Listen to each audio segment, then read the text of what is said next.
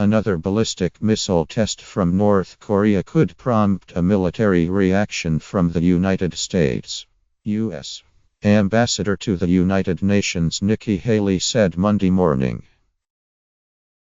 Speaking from Washington, where she and other members of the UN Security Council will meet with President Donald Trump later Monday, Haley told SCN today, "Show that we are not going to do anything unless he gives us reason to do something."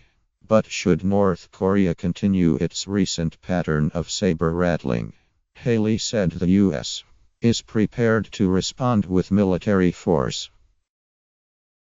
If you see him attack a military base, if you see some sort of intercontinental ballistic missile, then obviously we're going to do that, Haley said in response to a question about what activity from North Korean dictator Kim Jong-un might prompt a response from the U.S.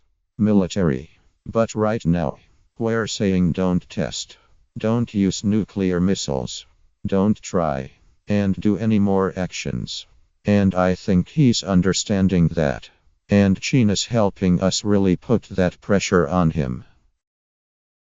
Let me just make sure I understand what you just said, NBC anchor Matt Lauer followed up. If he tests another intercontinental ballistic missile, if he were to test another nuclear device, when you say, obviously we're going to do that, do you mean military retaliation? I think then the president steps in and decides what's going to happen, Haley replied. North Korea has attempted 2 missile tests in recent weeks, one of which was successful, and was engaged in preparations consistent with a possible 6th nuclear weapon test. In response to the stepped-up activity from North Korea, the U.S.